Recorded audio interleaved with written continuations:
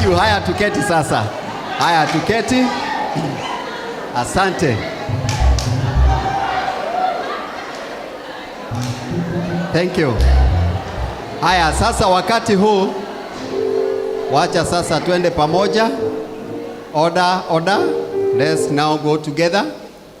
Sasa tunataka kuingia kwenye program yetu, na kabla tuweze kuingia kwenye program, sijui kama tuko na BBK organizer with us. BBK organizer tuko na yeye hapa ama hajafika? Haya sawa, akifika tutaweza kuwajulisha ili tuweze kumjua ni nani na mahali ambapo ametoka. Lakini kwa wakati huu nataka tuende sasa kwa the rules of this training. Rules of this AGM plus training, kwa sababu tunazidi kusoma. Haya sasa tutaziona kwenye screen, na sasa hizo ni tunazitaka the basic training rules, ndizo zinatumika still within the AGM, and that's why unaona zimeandikwa basic training. Haya sasa enda kwa hiyo page nyingine. Haya wale ambao hawajui what is basic, haya sasa tunataka kujua what is basic ili tuweze kujua rules zake. The next page. Haya sasa tukisoma, this is forming an essential foundation of something which in case should not be less than 40 hours. So for brigade training, sasa our purpose of training people. Why do we have a purpose in training people? Let's go to the next page. Our purpose now, the number one is to provide the fundamental. And when we talk of fundamental, ni ile foundation ambao mtu anapata kwa ile masomo ambao utapata. You have a foundation to stand on. That is our purpose first. As a brigade member, you become someone who is strong on a certain foundation. Number two, it trains discipline. Na wakati tunaongea mambo ya discipline, we train people to obey the rules and regulation.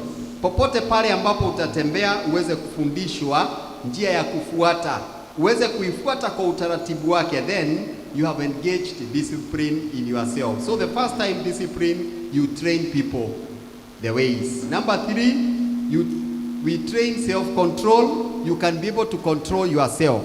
Unajiendesha wewe mwenyewe. At least wakati wote unafanya mambo yako, hakuna mtu atakuja kukusimamia. You can be able to do your own things by governing yourself. Number four, it trains about the boys brigade mottos, about the histories, the origins, and so many other things. All of them, we understand about them. Then number five, it trains to be a brigade officer. Inakutrain how to become an officer, and in the process, hapo unafanya vile inavyostahili. Haya, then number six, it trains to be a Christian. You become a Christian, a real Christian. Unajua kuna watu wengine wanajiita Christians, lakini they don't know who is a Christian. So tukiangazia wakati sasa mtu anaenda basic training, unafundishwa mambo mengi ya kujua to be a Christian. You must be a follower of Christ. You must be a person of integrity. You must be a disciple of Jesus Christ, and so many things there and there. Then the next page. Now let's see the trainings which are ahead of us. And number one, we go to number one, full uniform. Katika hii AGM, you are supposed to be having the full uniform, and this should be the time we started this particular AGM. Tulianza asubuhi, na wakati tulianza kuvaa uniform, you are supposed to remain in full uniform. Na mimi nataka sasa ujiangalie kama you are in uniform. For now tumekubalisha watu si lazima uvae koti according to how the climate is within here in Pwani. So full uniform must be well indicated to you, kutoka kiatu hadi kwa kichwa. Na sasa hapo mchungaji sasa akirudi, sasa all men tutaomba ruhusa tuweze kuvaa kofia ili tuweze kuendelea na presiding as it is supposed to be. Then cleanliness. Cleanliness, it's very important to yourself. Na nikiongea mambo ya cleanliness, hebu sasa tuangalia hapo chini ulipo. Hebu angalia. Hii maji tumefungua, sio? Tumedrop karatasi hapo chini. Pick those papers now. Pick them. Chukua hizo karatasi. Kama kuna karatasi ya chupa hapo chini, chukua, weka kwa mfuko. Tukienda break, kuna dustbin pale nje, utaenda uweke all those things. So our environment tuiweke clean. Wakati wote tutakuwa katika hii hoteli, tuweke environment yake ikiwa very clean. Na tukiongea mambo yote kama yale, pia tunaongea hata dom zenyewe. Ukitumia dom, tumia vile inavyostahili, iweze kuwa in the right way. Kama ni kitanda, usigoje ukuje kutandikiwa na attendant wa hoteli. Tandika we mwenyewe hadi ikuwe sawa sawa. Huyu mtu akiingia pale anapata ya kwamba kuna mtu ambaye alikuwa na self control. Sikiza, self control. Si tulisema basic inafanyanga nini? Inaletaka self control. Haya, we go to the next. The other one is about the dining hall. Men, wakati wote tutakuwa na uniform kwa sababu tumeongea mambo ya uniform. Men and boys to remove. Sasa hiyo ni mambo inatumika within the basic. Lakini sasa tunaongea about men. Men to remove their hairdress the time we are in a dining hall. Usikuwe na kofia kwa kichwa. Na ningeuliza swali. Have you ever seen a policeman entering in a hotel? The first thing akikalia kiti anafanya nini? Anatoa kofia kwa sababu ni mtu wako trained. Mwanaume wakati wote anakula, wakati wote anaenda kuongea, yani kuonyeshana heshima zake, anatoa kofia yake. And that's why mnaonanga hata kwa parade, wakati wote tuna cheers our moderator, our guest of honor, boys, huwa tunatoa kofia, tunaiwekelea hapa. Lakini girls hatutoangi. Ama kwenu mnatoanga? Hatutoangi. Watu walikuwa wanatoa but they were corrected. Are we together? Haya. So men ensure that in all sessions za kukura, wakati tunaomba, wakati tuko kwa devotion nini, hakuna kuvaa kofia. Then the other one about the greetings, tutaonyesha na trainer Jane about the chain of command. We are also going to show you. Then the next one is about the time management. Make sure the time management is well observed. Wakati wote tunaenda kukula, ikuwe ni kukula, halafu kutoka kukula tunaenda the next position required. Ikisemekana ni kwenda break for free time, utilize that time in the right way. Kwa sababu kama after tea break ya saa 10:30, we will have now time to go and have a free time. Kuna mtu ambaye atasikia ataenda kuogelea, sawa enda. Ikifika saa 12 kuna whistle inapigwa kule kwa ocean. Kila mtu atoke. Do not ignore. Okay? Ikifika 6 o'clock, don't ignore that. Obey all the command given. Na sio sisi tutakuwa tunapiga hiyo filimbi, ni watu wa council wanakuja wanatoa watu. Kwa nini? Kwa sababu there is time ambapo unafaa kuwa unaogelea in the ocean na kuna time haustahili kuwa unaogelea. Are we together? So we have to obey, we manage our time and we do what is supposed to be. Haya, remaining in this site until the last day. Si mambo ya kufika ya kwamba tuko hapa ndani ati kwa sababu ni free time, ni wewe umeenda town, alafu unaanza kutafutwa uende upate shida kule nje. Kuna ile siku itakuwa ya kwenda excavation. Hiyo siku watu atakubalishwa kutoka nje waende, but free time itakuwa just within the hotel. Haya, then the next one is about where training or your permission seeking permission to go outside. Kwa sababu nikiangalia watu hapa naona watu wanatoka tu hakuna mtu ambaye anaonyesha what is necessary. So ningetaka one of the student trainer atatuonyesha how mtu anaomba ruhusa akitoka, na ningeuliza student trainer nani? A volunteer, a student trainer ambaye ataonyesha vile tunaomba ruhusa when in uniform and when not in uniform. A volunteer, tuone ni nani? Haya, tuko na yeye pale, mtamwangalia. Hebu simama wakuone, everybody, mtaangalia huyo vile atafanya akiwa in uniform and when not in uniform. So tukiendelea kuongea ataonyesha hiyo, na muangalie vizuri the demonstration ile ambaye atakuwa anafanya. So can you now assume you are going outside? Then the next one, muangalie kwa sababu tunaendelea kusoma receiving awards. Lakini hii sasa ni mambo ya training, hatuta concentrate na hiyo sana. Haya, ni sawa. Ukishapiga saluti, anatoka nje, anaenda. Wakati wa kurudi tena, anakuja anapiga saluti. Akishapiga, anaenda anaketi chini. Haya. Thank you. Without now uniform, unaweza toa kofia. Ukikaa kwenye kiti, udemonstrate, wewe usimame na utoke nje kabisa kabisa. Enda tu kwa kiti wa kuangalia vile utafanya. Haya, about receiving awards, hiyo ni kitu ambayo inakuanga wakati tunafundisha, and that one actually sana sana inakuwa kwa basic training. We might not demonstrate that. And then physical recreation.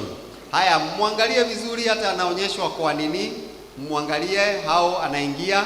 Haya, it's good we follow the protocol. Are we together? Haya, then the next one is about physical training.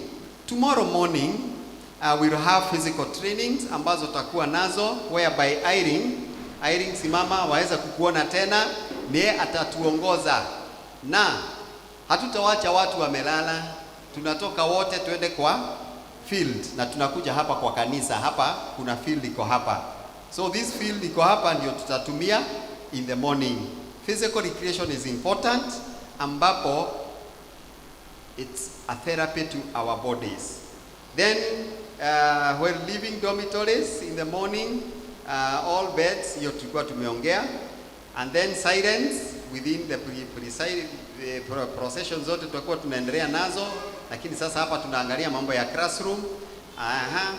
In case of a problem, report it immediately to the officials. Already we have our nurse.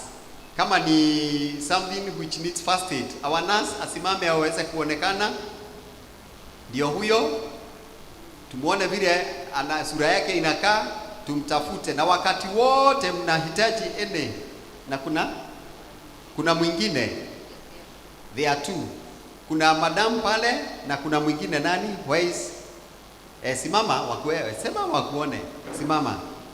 Haya, ndio huyo. So we have two nurses ambao wanatusaidia ili tuweze kuwa na afya njema hapa, tusikuwe na problems. And remember, take a lot of water to avoid a lot of headaches, because dehydration is at top. Okay? Haya, then the next one, hiyo ni mambo ya basic training. Haya, next one, tuendelee. Haya, hiyo pia ni mambo ya training, hiyo hakuna haja kuongea. But the one with red, rudi nyuma kidogo. Hiyo usage of telephones is not recommended. Hapa ndani, kama kuna mtu amekupigia simu, hiyo simu wewe umeiweka to silent ama to vibration. Sawa sawa? Isisumbue watu. It is very important that way. So for that, let us manage our phones. And also, take care of your phones. Kwa sababu unapata mtu anaenda tu anawekelea simu mahali hivi na anasahau. Na ndivyo. Sasa tukiwa na mtu mbaya hapa, atachukua hiyo simu na ende akauze, na ni vibaya. Alafu tunawacha sifa mbaya. So take care of your phones. Are we together? Take care of your belongings, all of them. Na hapa itai sijapata mwenyewe. As I continue telling people to take care of their belongings. Then the other one, hiyo ni mambo ya training, hiyo haituhusu kwa sasa hivi. The other one, haya, okay, haya, turudi nyuma kidogo on the PowerPoint, kwa sababu hiyo ni kitu huwa inaleta shida. And this is mainly to the ladies. Nimeambiwa na my fellow trainers tuweze kuwaelezea for that, kwa sababu they experience those problems when we go to the basic training. Make sure you do not go with a baby in the training. Kwa nini? The health of the child. Sawa sawa? The environment mtoto ataenda kumit pale. Another thing, mtoto is uncontrollable. Akitaka kulia analia anytime. Akiona hauna attention kwake, anajaribu ku create that attention. You know? Ladies, you know that, si ndio? Yo, so watoto tusiwe tunaenda nao kwa training. Kama mtoto ni mdogo, allow the baby to continue growing up. Aendelee akikua mpaka wakati ataweza kuachwa nyumbani. Akiweza kuachwa nyumbani, go for the training. Are we together? We can go to the next one. Haya, hiyo mambo ni ya basic. Then next one. For this training, we have our materials. Any notes you have to take. Make sure you have a Bible. You know, sessions we will be doing both in the brigade sessions and also church school. Kuna vitabu ambazo pia zinauzwa, ni vizuri hata kununua uweze kuwa na materials za kukusaidia. Are we together? And then if you are well equipped with the knowledge, you will be able to maneuver training the children the way they should go. And when they are old, they will never depart from that. Then we go to the next one. The next one. Aya, the next. It's over. Sawa. So our training rules are over. And now, kabla tuendelee zaidi ya hapo, sasa ningeomba kwanza tuweze kusalimiwa na the BBK organizer, kwa sababu tumemngojea, tulijua ako na sisi, wengine hawamjui, na you are much welcome sir. Na ni wewe utatuombea ruhusa kwa mchungaji ili tuweze kuvaa kofia kama wanaume. You give us the command. Welcome sir. Bwana Yesu asifiwe. Praise God. Praise God again. Kwa majina ni Charles Munywa Ng'ang'a, an elder at PCA Kikuyu Presbytery Musagitau Parish, and also serving as the Boys Brigade Kenya organizer, where tunasema brigade is international and interdenominational. So pale ofisi ambayo inaunganisha zile kanisa zote ambazo ziko na brigade in our country, I sit in that office. That is, we have the Presbyterians, the Methodists, the Anglicans, AIPCA, and ACCNS. Unazijua zote? Sasa, I see you are good brigade officers and done that homework.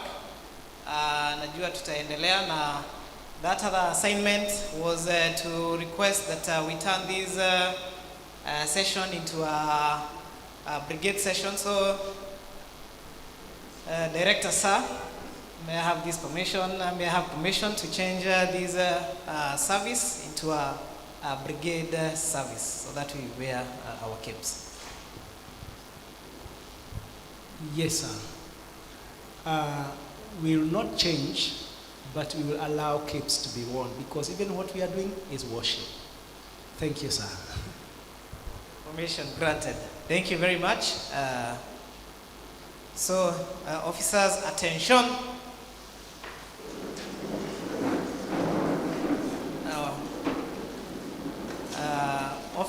Men officers, wear your headdresses.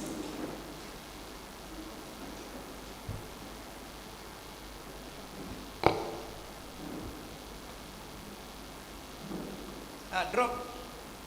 Okay, you can have your seats. Thank you. Thank you very much, our BBK organizer, Sir Charles. Thank you for that command. Now, all men tunafaa kuwa na kofia zetu na tutaweza kufanya all what is necessary. So for now, I'll now call Madam Mary aweze kukalia kiti yangu ili tuweze kudemonstrate how we do the greetings for the brigade. Karibu sana. Welcome.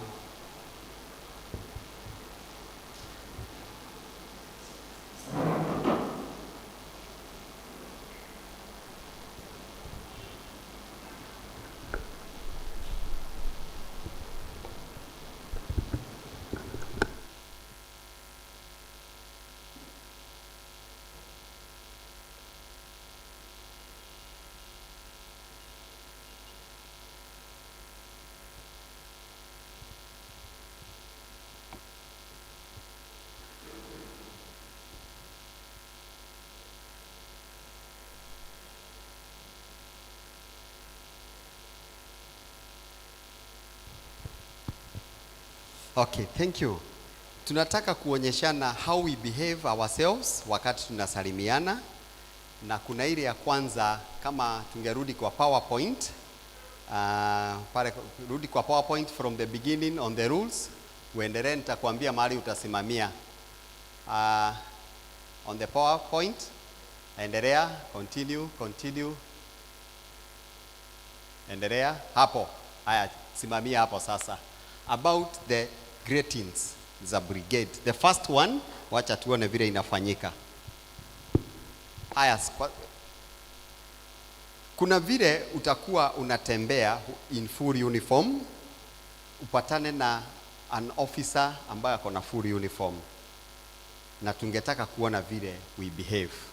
So for now, so I was on the way moving, tulikuwa tunatembea, ulikuwa unaenda zako, ukapatana na officer. Hey, Trainer Jane, one pace forward, nyinyi wote wawili, and then mnasalimiana. Kusalimiana kwa brigade, huwa boys tunasalimia in that manner, a unity, hii kidole na hiyo ingine zinaingiana. Mnamaliza kusalimiana, ama kama maybe girls, saa zingine they don't do that, wanasalimiana kawaida. Okay? Aha. So after kumalizana, sasa ule ulikuwa unaendaje? Asante. Tutaonana, sawa? Asante.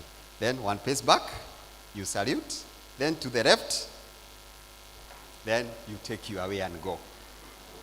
Okay? That is how you behave, okay? Yes. Na wakati wote tutakuwa hapa, ukipatana na officer mwenzako, na sasa si ya kwamba sasa ni officer, sisi wote ni walimu. Wacha hata even wale ambao si wa brigade waweze kujua ile heshima tunafaa kupeana kama wana brigade.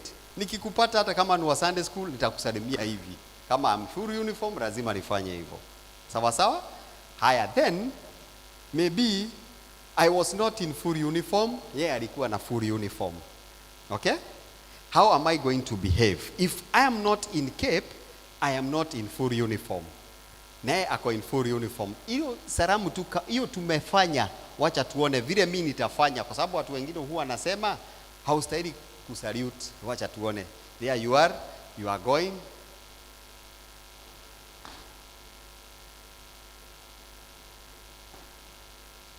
Mnasalimiana, mnamalizana. After that, siwende zako, sawa? Asante.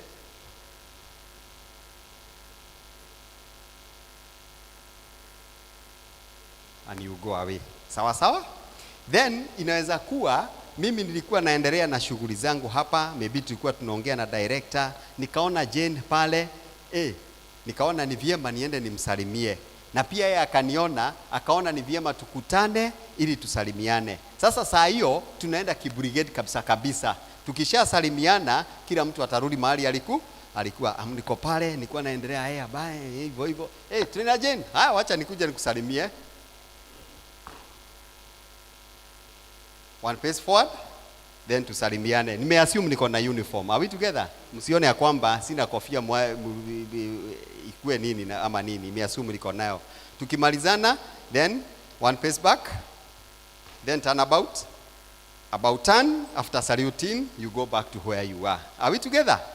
So, sio mambo yote tunaona. Sasa nataka tuone salamu ingine, huwa tunasalimiana na hautaki kuwa na nafasi ya kusimama kuongea na mwenzako. Wacha tuone vile itakuwa.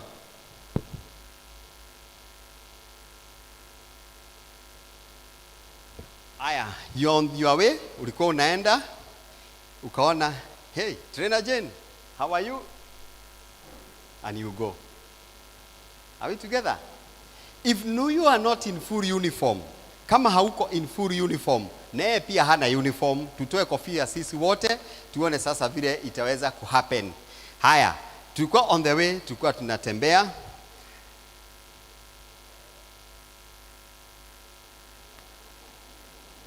That is what we call eyes right or eyes left. So, hiyo salute ambayo tumefanya, hii ya kupitana, what kind of a salute are we using? Officers. Tunaendelea kusoma tukiwa kwa AGM. What kind of salute? Nani anaweza tuambia?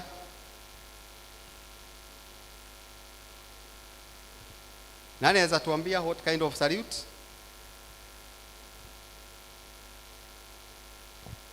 Mrudi basic, mfanye refresher courses. Nyinyi go back. We have 3 kind of salutes. Number 1 is front salute. Number 2 what? Right salute. Number 3 left salute. Hizo salute 3 ndio tunatumia wakati tunasalimiana. Ile wakati tulikutana tukasalimiana hivi, hiyo it's what we call the front salute. Wakati tulikutana tuka salute hivi, what is that kind of a salute? Right salute. Na left tunafanyanga aje? Si ndio? Si ndivyo? Si ni left. Haya, so how do you do it? Hi, there you are. You salute as you look to the left side. Are we together? So it's good you understand that. Na wakati wote behavior za brigade wacha zikuwe ni za heshima yenyewe kabisa. And we don't bend.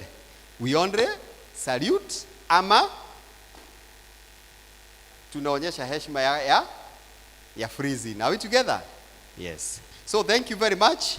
I don't know whether there is any question kwa sababu ni vizuri kuuliza hivyo, then we continue. Thank you, Trainer Jane. Any question? Haya, kama tungekuwa na mtu ako na mic, let's have a volunteer ambaye sasa mimi nitaketi na mic iende kwake tuweze kupeana mic. So can we have that? Thank you. Thank you very much. Yeah.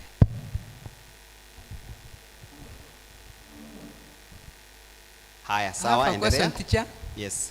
I had seen one of our brigade teacher giving salute like this. What does that mean? Okay. Kupeana salute kama hiyo. In brigade we don't have a half salute. In brigade we don't have half salute. Mainly it is done with the scouts.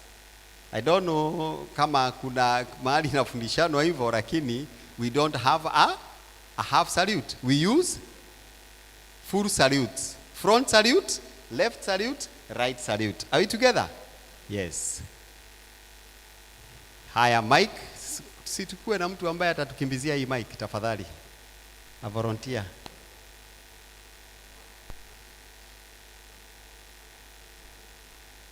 Hi, we are only taking any other person with a question? Yure? Kuna mwingine? Haya, hiyo. Tunapeana mbili peke yake, yure na yure. Haya, to continue. My question is, umesema wakati mtu ana uniform anapigi saluti, na kuna ile ambao mimi na maybe tunajua ya wanasema kukausha kifua. Hiyo tunaitumia wakati gani? Okay, hiyo inatumika wakati hauna full uniform. Sawa sawa.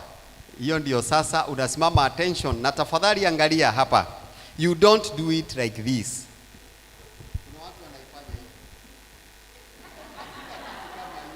It is attention, then there you are. You only bring up your chest forward as the hands are straight to the side. Are we together? Like this? That way. Hawishi pale is like this. You are over. Are we together? Yes. Si mambo mengine watu wanafanya, don't do that. That is not the right way. The right way is, there you are, then together. Yes. The palm also, wakati una salute uangalie your palm. Hapa. Wakati wote una salute, your palm should be like this. Usiweke vidole hivi ama hivi ama ikunjwe in a style. All the fingers should be straight as follows. Then there you are, hands down, you salute, hands down, you salute, hands down. Sawa sawa. The last question. There was someone there behind. That is the last question. So that after that question, now we are going to get to the reports. Na nikisema hivyo, ningeomba sasa watu wawili watusaidie kuchukua this pulpit wairudishe mahali ilikuwa. Wao wako karibu hapa, tusaidiane. Haya, ask the question. Yangu nilikuwa na waonyeshe kama mimi ni mama nimebeba kitu, waonyeshe venye tunafaa kusalimiana. Okay, very very very true. That's a good one.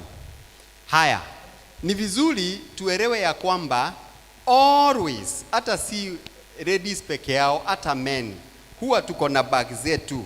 Haya, for example, I have my bag here. Nilikuwa nimebeba my items.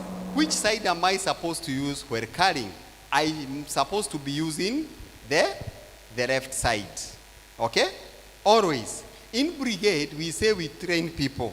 Kama umezoea pande ya right, try to train yourself to use the left side. Why? Because of salute. Ladies, bag zenu. Wakati uko na bag, unaibeba kwa mkono. Can I have one of the bag? Ladies, wacha nitumie moja kama hiyo. I have this bag. Most ladies unapata hiyo bag wanaibebanga na mkono hivi. Unapata ameibeba hivi. Kuna yule ambaye anatumia the right side. The right side. You have to ensure that you do not use the right side. Why? You cannot salute with the bag. Are we together? Make yourself used to use the left side. Hata kama unaibeba hivi, unaibeba na left side. Together. It is very important, and that's why we go for training, so that tujizoeshe. Haya, kuna wakati hauku unajua kufanya mark time, si ni kweli? Lakini wakati ulizoeshwa, uliendelea na mpaka ikaingia kwa mwili. Meaning, you train yourself to do things which you are not used to do them. Are we together?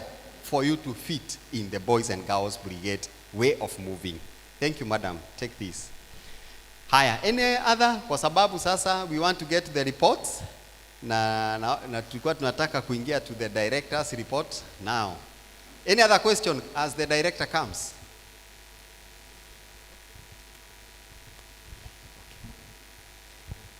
Haya, let's have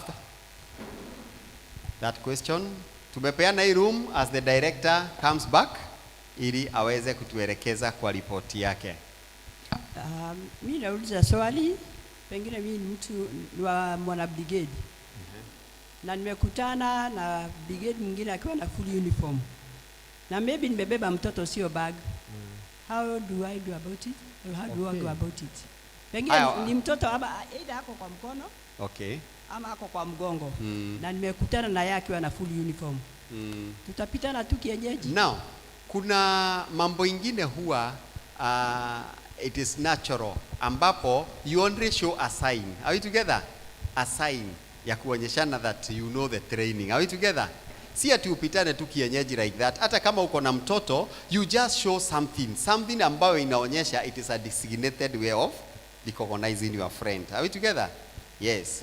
Kwa sababu maybe uko na mtoto umebeba mkono, hautaweza kupiga saluti hata kama uko na uniform. Sawa sawa? Utaonyeshana yes uko na mtoto lakini unaonyesha tu kitu. Something, okay? Yes. So it shows you are a trained person. Wakati maybe umembeba nyuma, hata kama unasimama, you can stand up na pia unaweza piga saluti if you are in uniform. Are we together? Hata kama mtoto wako nyuma, you can be able to salute kwa sababu mtoto mlele umemfunga vizuri. Are we together? Yes. There are some things actually it's natural ambazo maybe zitakurestrict to a level you won't do the actual thing, but you will show a sign that you are well groomed on that lineup. Are we together? Yes?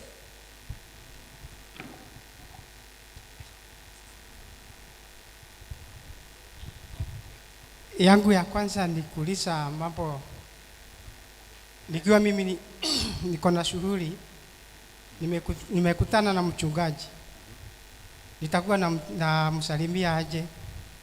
Okay. Ya pili, niko hapa kwa Ngando of Honor. Kulingana na vile Ngando of Honor tulisoma, it is complete. Na kuna ingine unaona hiyo swali la pili, hiyo swali ya pili rudia. Ngando of Honor. Yes. Tulisoma hii Ngando of Honor kama vile inasomwa. Lakini kuna ingine, kuna kwingine kunaenda tukichia, kuna malembesho ingine ninaona inaanza kifua ikaenda kwa kiuno, alafu ikamilisha na huku kwa nyuma. Na wakati ninaona kulingana na vile iko kwa kitabu, nikaona si vile ilibadilishwa, ama ni ile ni vile iko. Okay, asante. About the guard of honor, mainly the drill book already imekuwa edited through the BBK, na already hiyo ni kitu tumeshaweka vile inavyostahili. So ningeomba sana watu waweze kununua the books, waweze kusoma, waweze kuzielewa sawa sawa. Then kuna kitu ingine tunaita ile swali la kwanza about the chain of command. You as an officer ukutane na mchungaji, you are supposed to salute the mchungaji. Are we together? Because mchungaji kwa kikanisa yeye ako na ranki ya juu kutuliko sisi. Are we together? So you have to salute him or her. Kama anajua brigade atarespond, kama hajui yeye atasimama tu, and then you salute. Na yeye hastahili kupiga one step forward, wewe ndio unastahili kupiga just one step forward, umpate mahali huko uweze kumsalimia. Sawa sawa? Thank you very much. I think tusiendelee sana, wacha ikuwe the last one, because we want to go now to the reports. The last one. Hatutaendelea na ingine, huyo peke yake ndio tutaanza the question and then we move on. Niko na swali mbili. Swali la kwanza, kama mwana brigade amekufa ama mazishi ya mwana brigade, tunafaa kuweka bendera bendera ama bendera ya brigade inafaa kusimama imara kama wengine? Hiyo ni swali la kwanza. Swali la pili, wakati tuna officer wa brigade anafanya wedding na wote wawili ni officers, a lady officer and a boy officer, na wote wanafanya wedding. As a commander, what language are you going to use to command, because there are two who are officers and maybe sir and madam? Sasa, what language are you going to use? Okay, thank you. Now, the first one ambapo officer ameaga, na sana sana tunaona ya kwamba kitaifa, kama kuna mtu ambaye ameaga na ni mtu ambao ako katika serikali, sana sana bendera huwa inapandishwa nusu mlingoti. Lakini katika brigade, we have never come to a conclusion whether bendera yetu itakuwa nusu mlingoti ama itakuwa full, not unless we come up with that idea. Are we together? Yeah, ipandishwe juu kabisa, no problem. Maybe wekwe nusu mlingoti, it is as per what you are going to agree. But in main thing, kama mtu wa kikosi ameaga katika kikosi fulani, ili kuwa na that condolence yake na kumkumbuka, huwa lazima bendera ikuwe nusu mlingoti. And I think in lighting we are going to come up with that, iweze kupasiwa na ikuwe in that style. I'm not promising, director will give us the guidance. I'm not promising anything, lakini nasema maybe we might come with a way ambapo tutakuja kuwa na vile bendera zetu zitakuwa zinakaa as we continue, because hapa tuko na viongozi in the BBK, in the higher national level, they are going to guide us in that level. Sawa sawa? And then about wakati wa harusi, officer is a man and a lady, they are both officers. Si ndio umesema? They are both officers na wameoana. How are you going to address them? Sir and madam. Are we together? Sir and madam, because there are now two of them. Sawa sawa? Kama maybe ni madam alikuwa brigade, you address madam. Kama ni sir alikuwa brigade peke yake, una address only the sir. Are we together? Lakini kama wote ni wa brigade, use the word sir and madam. Are we together? Yeah, thank you. So I think now let's stop there from that session for the open forum here questions. Then we will have another one maybe during the night. We will be able to communicate a lot of things. Thank you. Now we are now going to go to the reports, and we will now go to the director's report. Welcome, sir.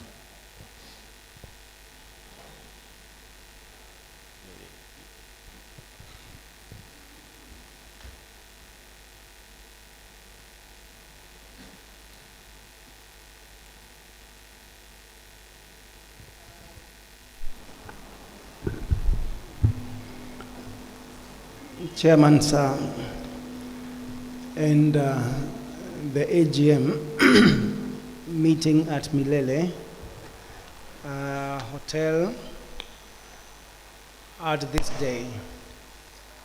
I'm here to give a brief report of what have been transpired for year 2022 and part of the year 2023 up to the far we have come. And more of it being the same report that was presented to the GAC in the GAC that was happening early in the year. Therefore, before I do that, I would like to respond to the issue of half-mast flag. The nation or the society view a dead person as we have lost the person. But in Christian realm, we view that person as a promotion. So that may carry more weight of not putting the mask half because it is a promotion to glory. So let it not disturb you, whether the flag is half mast or not. Our officer have been promoted. Thank you. The report is in your booklets, so you can follow it with me.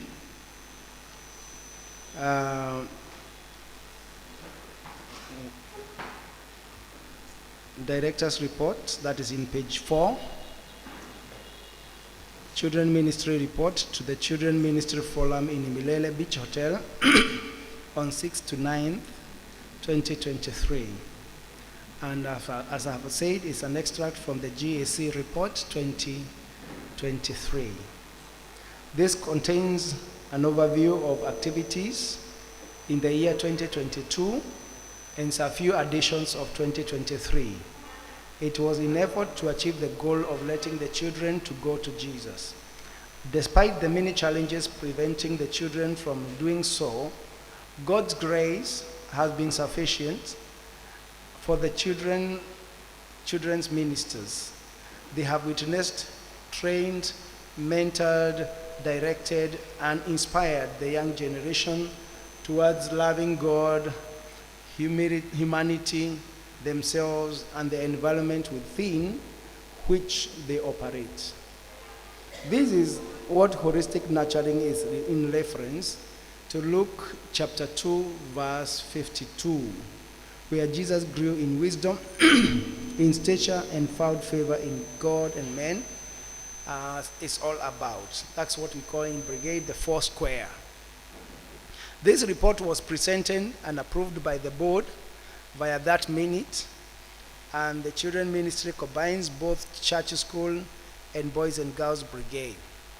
The vision is to teach and make visible the children's love of God and their holistic identity to Christ and their relationship with others.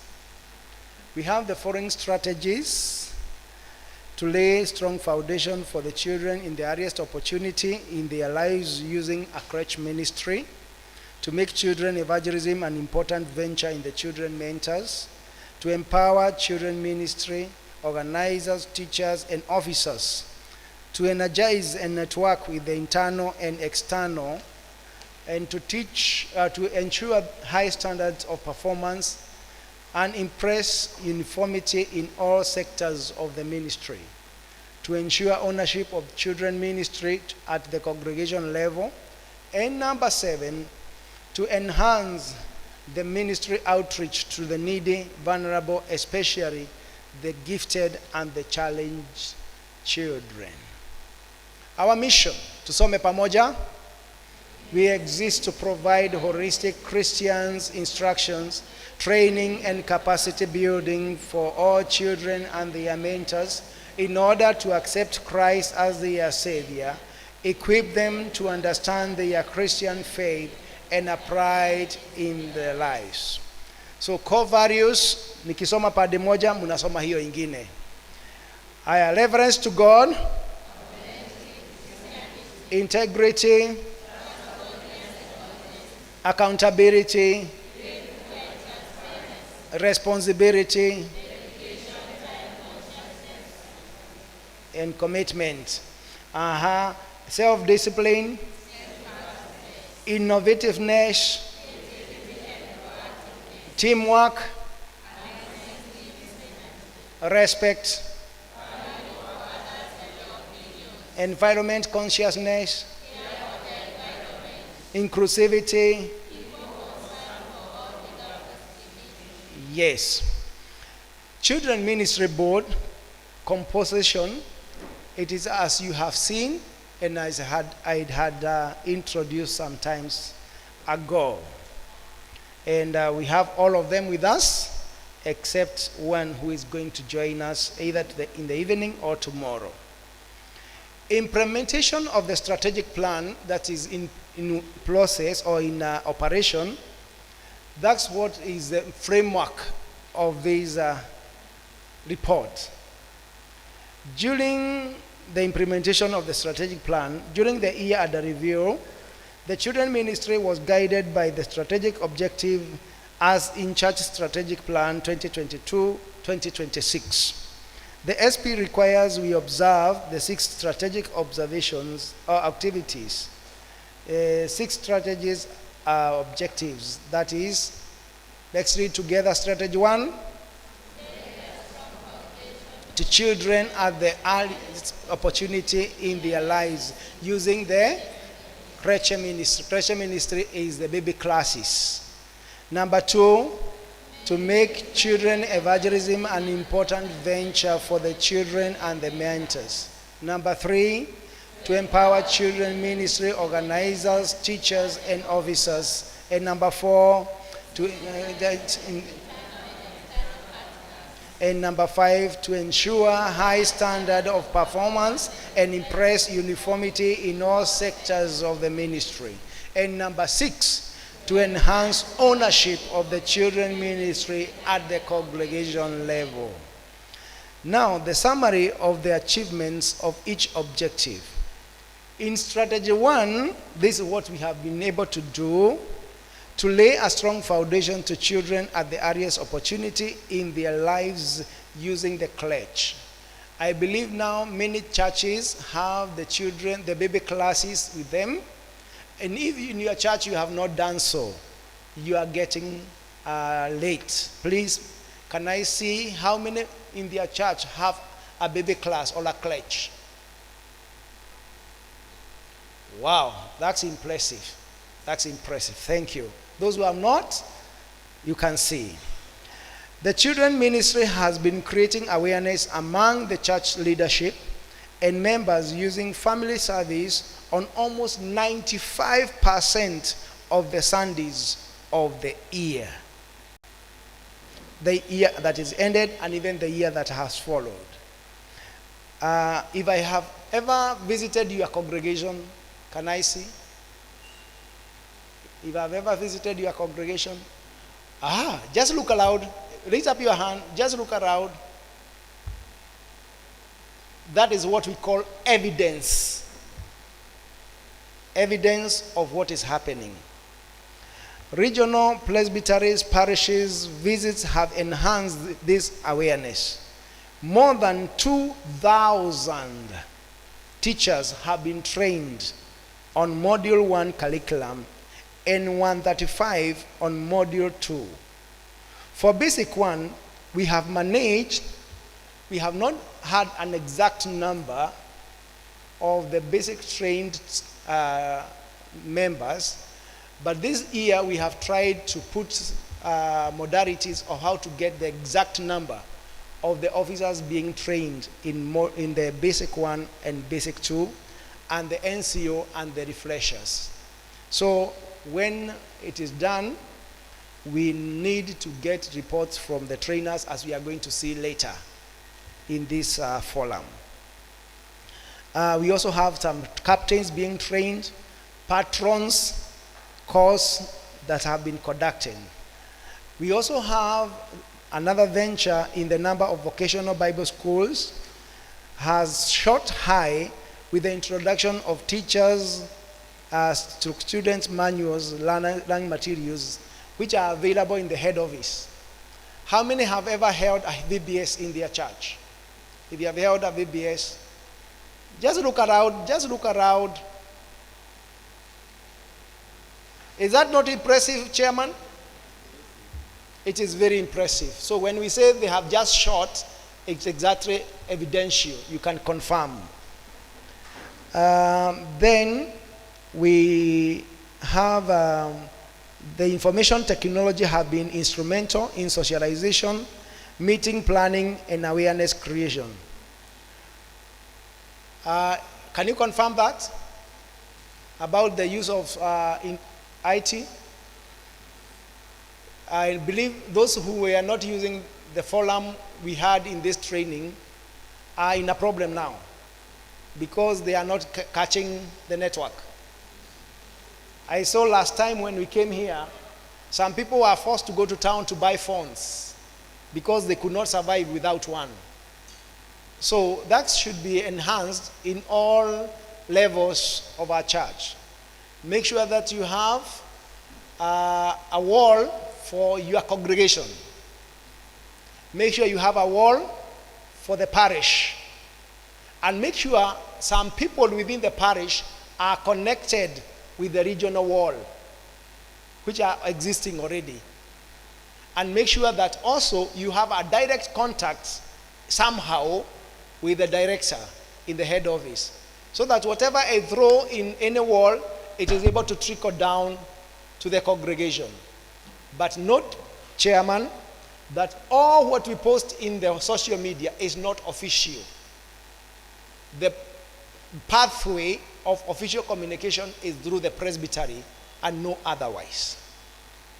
Then we have trained over 26 parishes, parish ministers, and 9 minister spouses in module 1, and more have expressed their willingness.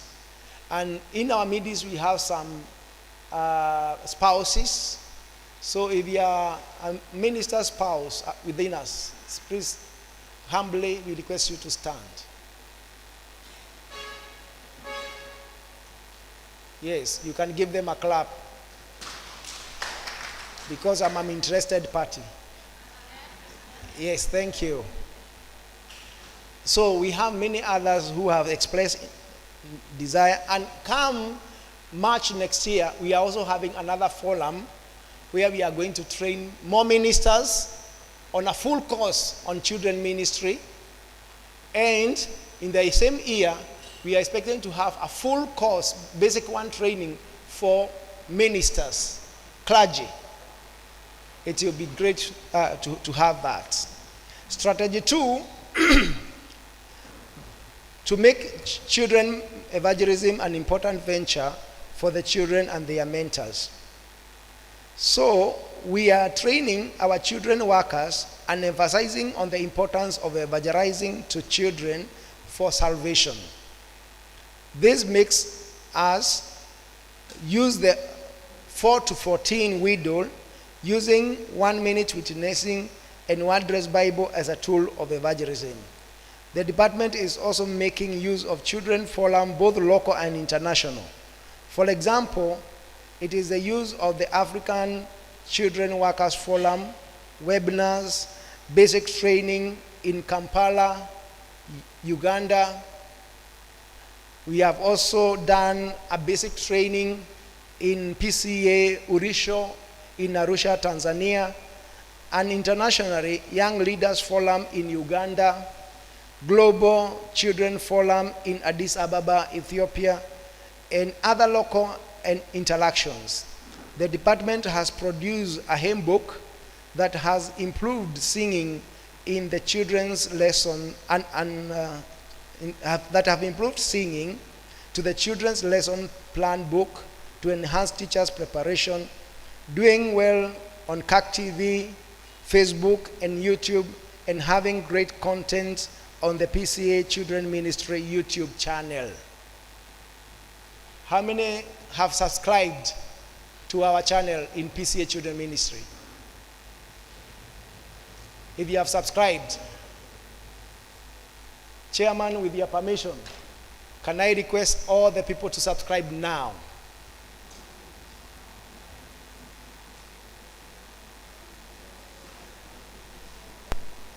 Permission granted.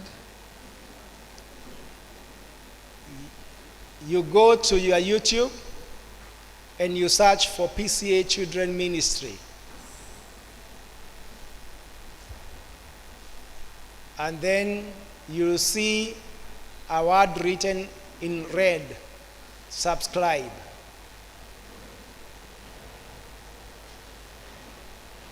And also, not only subscribe,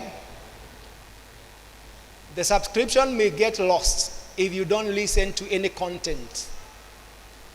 So even after subscribing, once we go out, make sure you listen to 1 or 2 contents, including the contents we are picking now, or the content we picked last time in our conference. You can still see it there. If by any chance we have come to your place and picked anything, a singing game, a parade, or something like that, it is still there. So scroll down to see whether your congregation appears somewhere. You'll be surprised that you have never seen that. Then strategy number 3, to empower children ministry organizers, teachers and officers to recruit, develop and deploy children workers in every presbytery. We are on the right path.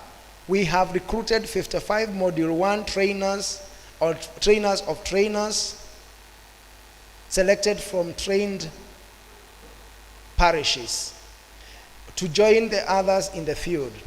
The brigade trainers training is ongoing well.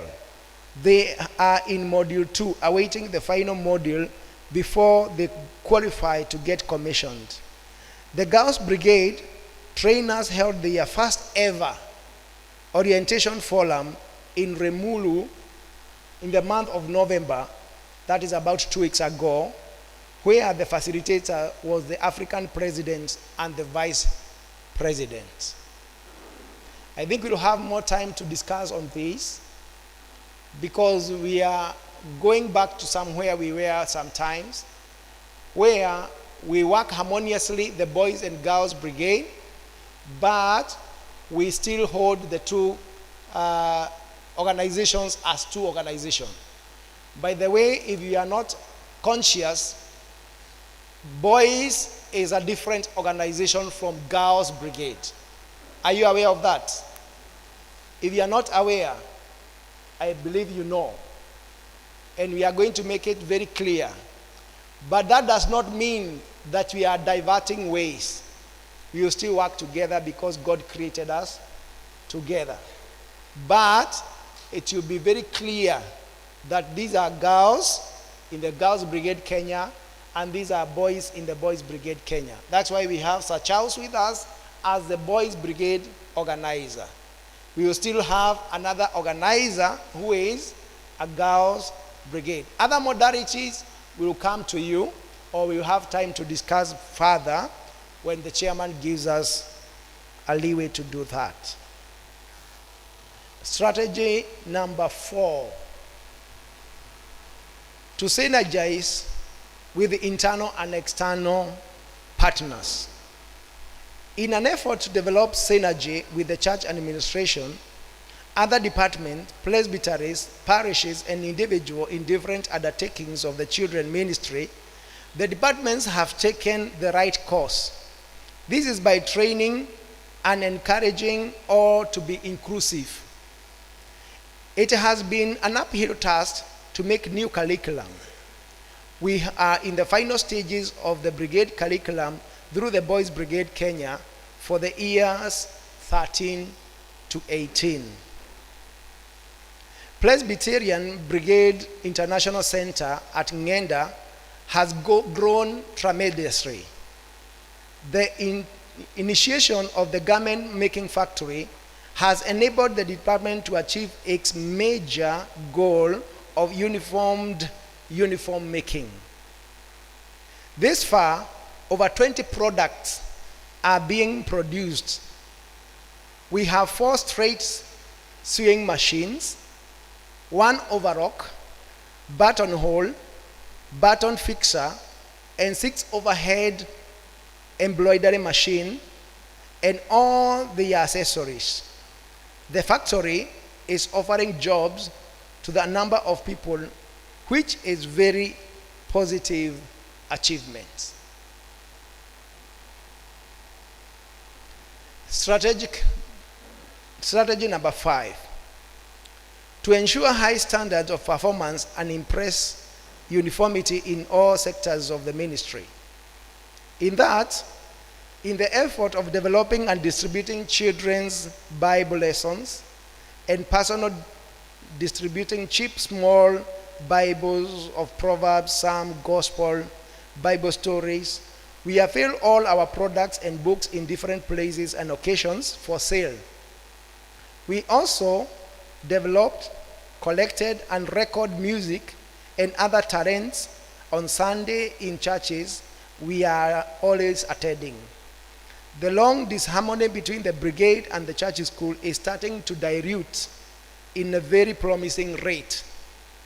Church school teachers are training to be brigade officers and the vice versa. The department has made a milestone in identifying, encouraging, and developing talents and gifts using avenues like children's preaching on TV. Approximately 8,000 children preached during the Children's Week. We also have 13 episodes program on talent through the CAC TV, CAC Watoto program. Did you have this experience in your brigade week? Did you? If a child preached in your brigade week, chairman, allow me to ask for a hand up. Whenever hands are raised up, you look loud to see whether others did as you did. Okay. Thank you. In your church school Sunday, which was just this Sunday, if a child preached in your church, that's very impressive. We thank God. I'm getting footage and clips from different areas, and some children are doing better than I can do. As we are going to see on Friday morning, we will see a clip of a child who preached. I prepared the sermon, but I never thought it could be like that. It's very amazing. Strategy number 6. To enhance ownership of children ministry at the congregation level. The number of commissioned teachers, commissioned Sunday school teachers, and brigade officers is rising. This is contrary to what may be thought by others. It's rising. To increase their morale, we have been holding colorful graduations and commissioning services, parades after training. For the first time, we held a 3-day conference in the 3-star hotel in Milele Beach last year. And fortunately, I'm reading this in a similar forum. Thanks to God. We have availed better quality uniforms for all for purchase and competitive price. Concerning a gap between children's church and the adult church, we have been holding family services in every Sunday where we teach the entire church the importance of children ministry.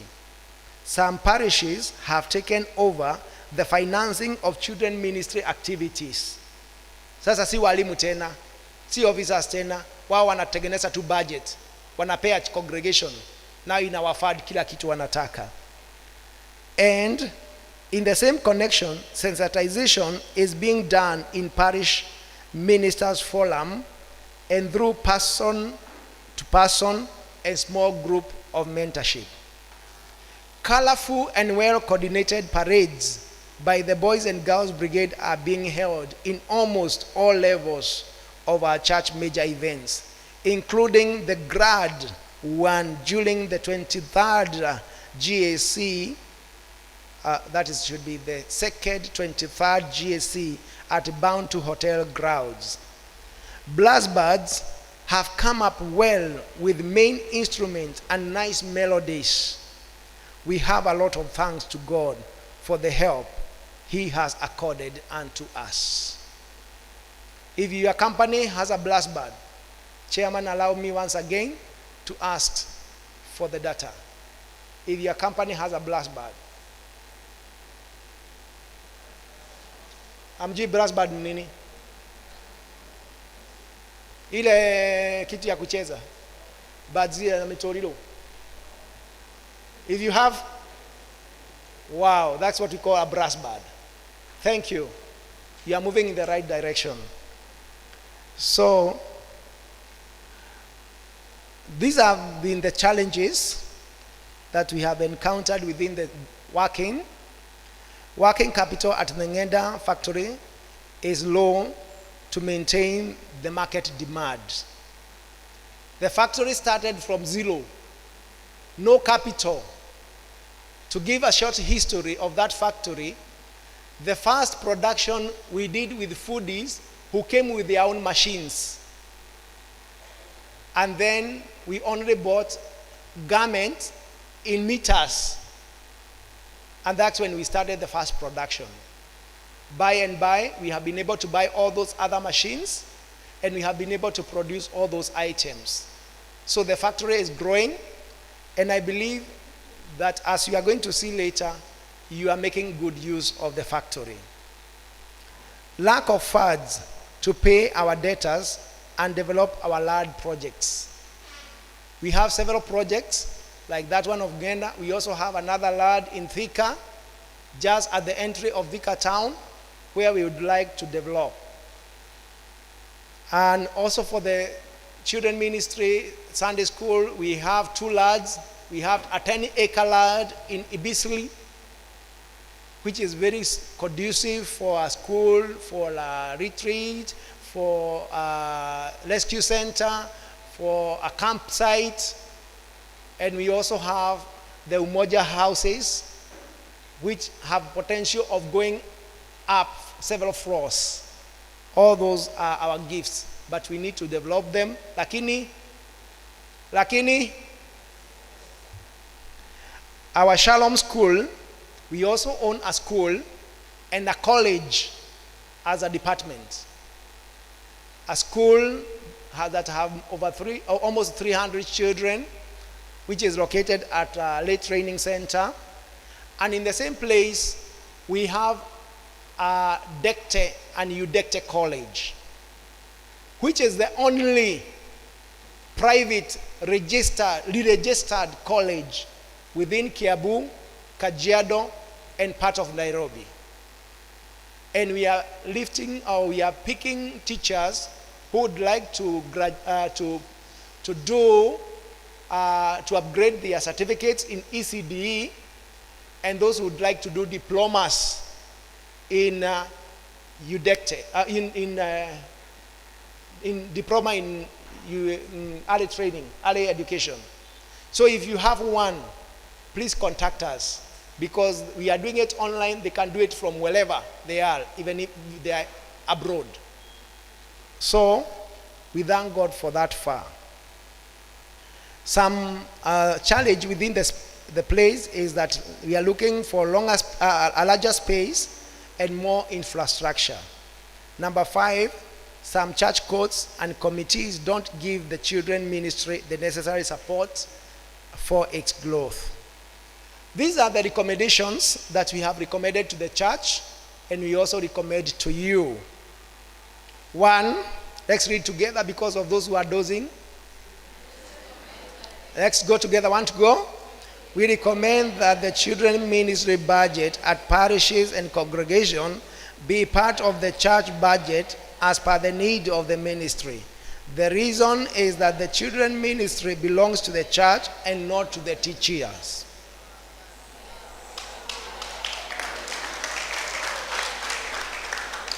Number 2 recommendation, all local churches should administratively organize the time for both boys and girls brigade and church school without overlapping.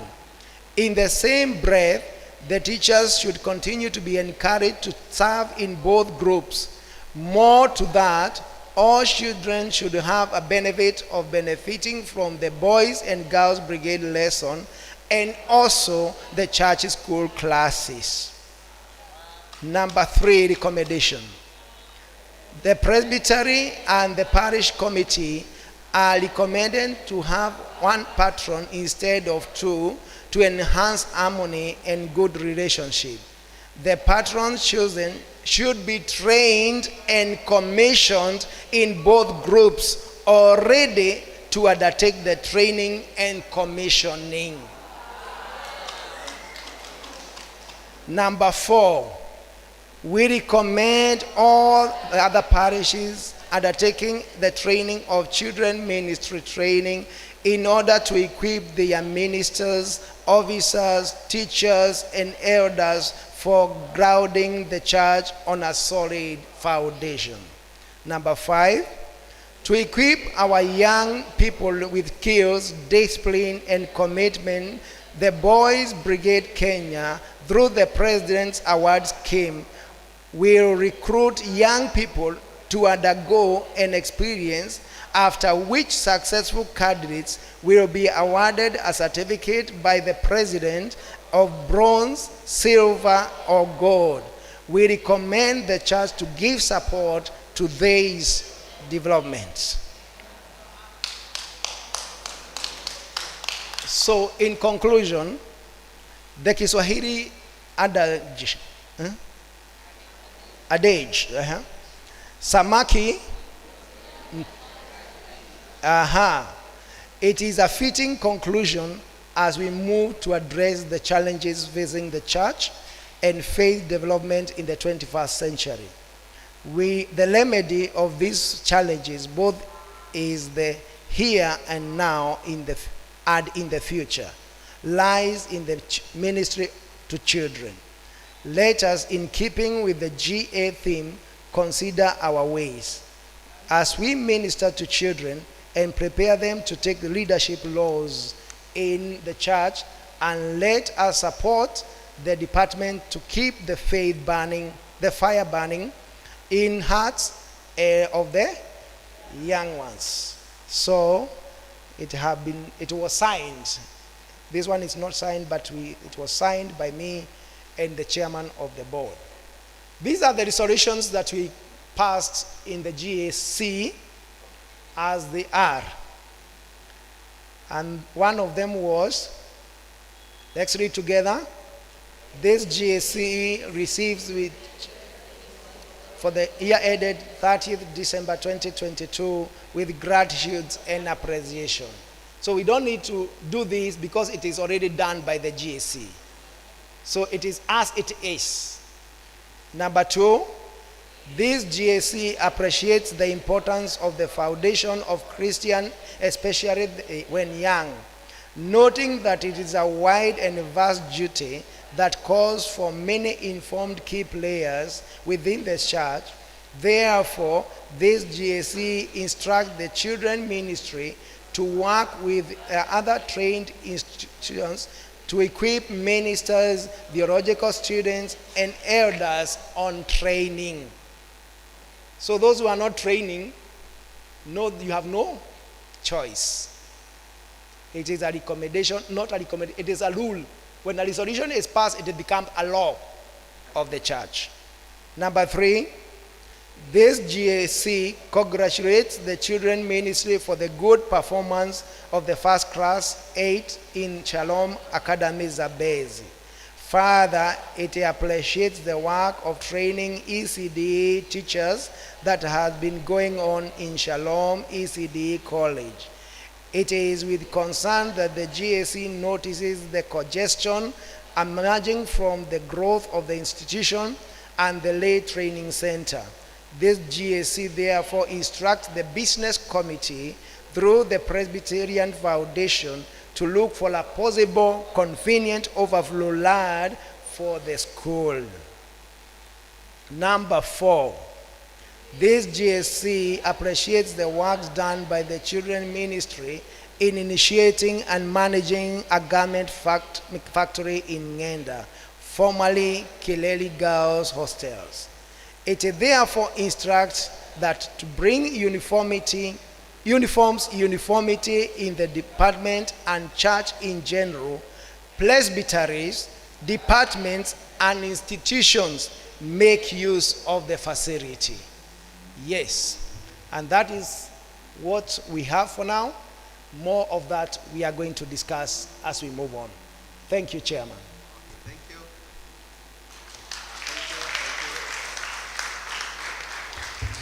Okay, thank you. That is the director's report.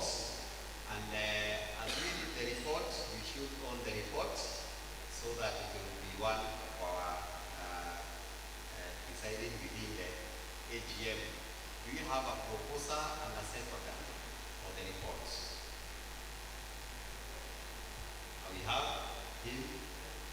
Give the name, microphone. Yule ambaye alikuwa anapeana microphone, apeane jina ili wale waisikie. Na ujue wewe utatutembezea hizi microphones. Usikae mbali. Apeane jina and then she's the seconder. Listen to the name. I, Simon Karanja, I propose this document for now. Thank you very much. Thank you very much. Then the seconder, she's here.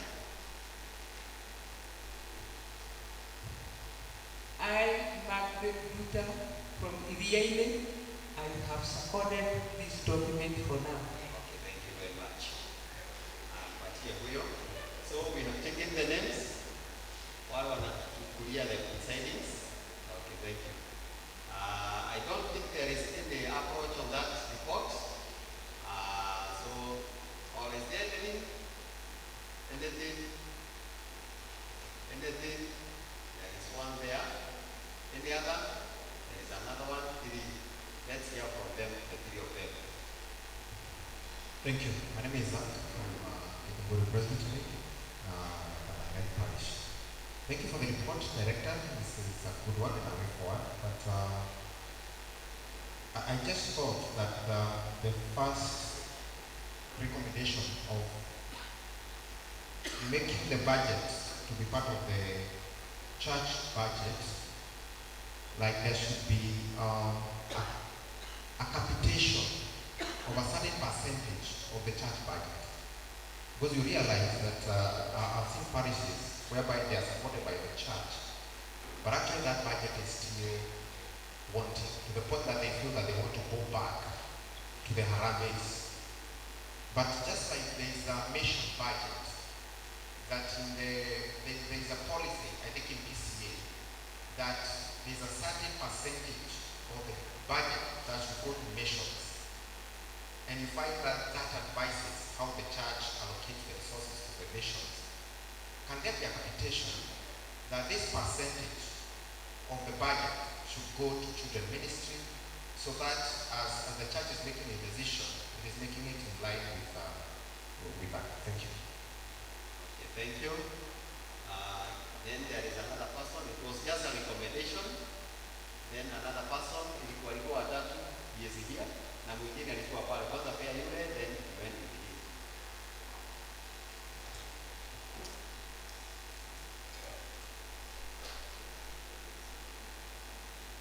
Good afternoon. Na ulikuwa umeinua mkono? Si yule madam alikuwa ameinua ama? Okay. Haya, continue. Okay. Good afternoon. We are Samati Magaja from Federica Parish, Federica Presbytery in Tetondo South. I don't know if you go through the report, I've not heard anything mentioned about the special needs children, and we have so many of them in our churches. And I've been following closely. I appreciate that the program we had last week had a chance for them. There was mention largely about the special needs. My question is, when are we going to include them and appreciate that we have them in our churches, and also in the training of teacher according to the special needs line? Okay, thank you. Madam? Thank you, Chair. Thank you, Director, for the good report, and also congratulations for the garment making factory in Genda. My concern is on the pricing of the uniform from the head office. Now that we have a garment making factory, is it possible to also see the costs for the teachers and the officers also reducing when it comes to buying the uniforms? Thank you. Thank you. Then the last person ako hapa ndio ya mwisho. Alafu sasa director tupatie some approach on the same. Is the last.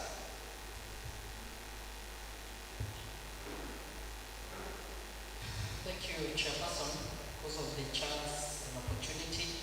First, congratulations, our director, because of submitting a very conclusive report that has captured all the aspects of the children ministry and what actually the children workers go about when they are training their kids in their parishes and congregations. My name is George Faya Mohoro from the Githongori Presbytery, Edega Parish. Thank you very much. There's another one. Not made a comment. Okay, so a comment. We have noted the recommendations that have been noted in the report, the 5 recommendations that were submitted to the GAC. And then the GAC came about with the resolutions, the 4 resolutions. So the question is, were the recommendations kept aside? Because when we look at the resolutions that are here, they are not in tandem with the recommendations that were made by the director. So, what follows what? Thank you. Director.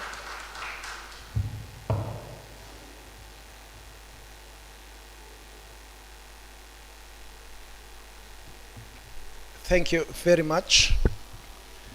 I'll start with the special children. Yes, the report has something to do with the children. See the strategic number 6. Is it number 6 or number 7? Number 7. It is talking about that. So it is within our strategic plan to deal with the special and special gifted children. And further, maybe it was not captured in the report. If you were able to be keen during the church school week launching, we had a group that I introduced, of a group that have been formed by a resolution of the same GAC through the Secretary General, but it was recommended to the children ministry, which boosted that item number, number 7, which boosted our item number 7. And the recommendation from the GAC said that we form a sensitization program or a sensitization arm that will be able to focus on the specially, or let's call them differently abled children. And they have sat down in several meetings, and we are coming up with a full-fledged organization, the first one in PCA, that will be able to deal with the differently abled children. So they are writing up their proposal to the business committee, so that, God willing, in the forthcoming GA, they can get a go-ahead to formally launch what have not officially been formed, but proposal to be the Presbyterian Inclusive Ministry. The Presbyterian Inclusive Ministry, PIM. But it is domiciled in the children ministry. So there is a lot in the ground that is being done. And that's how we say, let's take the first opportunity of the Sunday school week, of church school week, to do what we can as the others follow. Thank you for those who did something. On the issue of the percentage of the budget, wacha kwanza tuigize mguu. Tukishaigiza mguu, sasa hiyo ingine tutaongea tukiwa ndani. Kwanza kanisa ikubali to own the children, so that it stops becoming a teacher's affair, it becomes a church affair. Once we get to that, the weight of the burden will develop as we move on. You create the need. If in your church you just do the babysitting and you don't do any extra, it will not aggravate your LCC or your parish to do extra. Because if they don't see the need for your extra budget, they'll say mko sawa. But you yourself, your activeness, your commitment, your innovations in activities will help you to create a need for the LCC and the session to come to your aid. That's why we are recommending the teachers to be trained so that they can diversify their minds in the children ministry, so that they don't remain with displays only. They don't remain with rallies only. Rallies tuliodolewa. And yet, there is a lot to be done, yet they don't do them because they may not have the wide of the mind. So, for now, let's first of all get inside. The rest, God will help us. The issue of the prices of items. Please take a note somewhere. Take a paper somewhere. We do some calculations with you.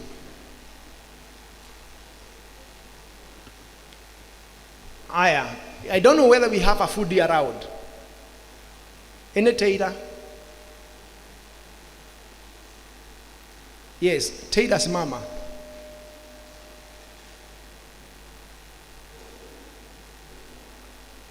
The blouse you are wearing with a good material, how much does 1 meter cost? Yeah? 250. 250. The blouse you are wearing is going to take how many meters? Yeah? 1.25. Yes. Let's take 1.25. I calculate how much is that?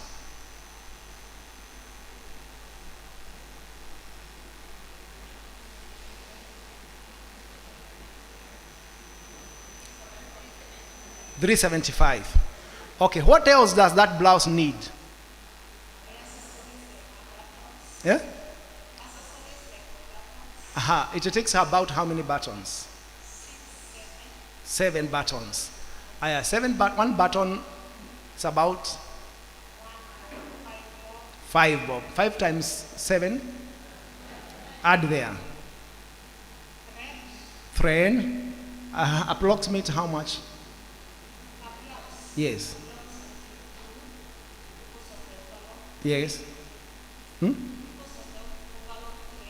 Three pieces. Which is about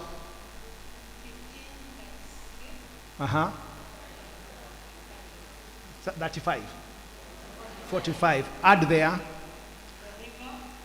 No, call it overlock. Count the overlock. Overlock.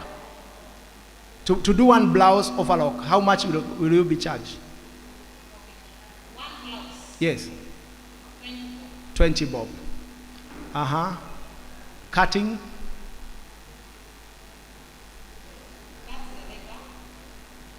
No, I'm saying the cutting work. Of 1 blouse. 200 is too high. Kukata guo moja, food yata 50 bob. I have calculate add 50 bob. Aya kupiga pasi hata haijaisha. Kushona sasa alipisha. We have the canvas for the whatever. 40 bob. 40 bob. Add 40 bob. Tumefika gapi sahi? 585.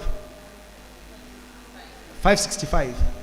Aya 565. Sasa aya shirt kama za church school ziko na kala mbili. So there is another red. Kasri pingine ya red. Tuseme imetumia less than a quarter. So 250 divided by 4. 250 divided by 4. 53. 63. Call it 50. Call it 50 bob. Call it 50 bob. Now labor ya foodi. Lipisha shati moja. I don't pay 500. I pay less. I pay 350. For me, I paid 350.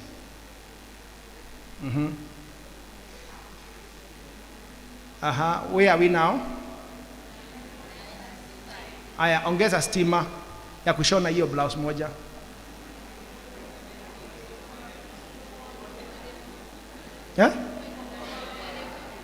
Labor tumeongeza. Stima is not part of the labor. Hiyo ni ile nalipa foodi na anachonea kwangu. Kwa hivyo ni mimi nalipa stima.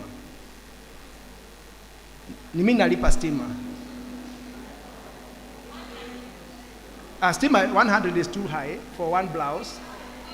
Give it 20 shillings. Give it 20 shillings.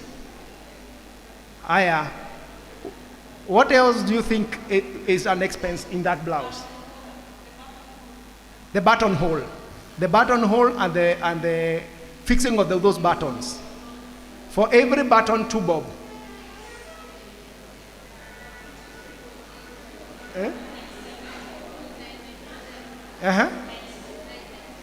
$9.99. 1,000 imejaa. Aya, transport ya kuitoa Gatodo kuileta Nairobi na kuchukua material Nairobi kusipeleka Gatodo.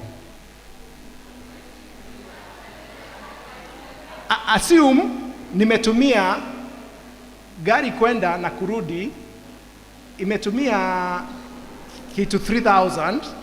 Ebu igawanye na mzigo ule nimebeba.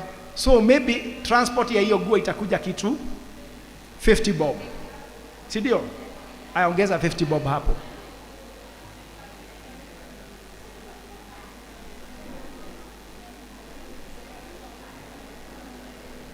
So when I'm selling to you this shirt at 1,500,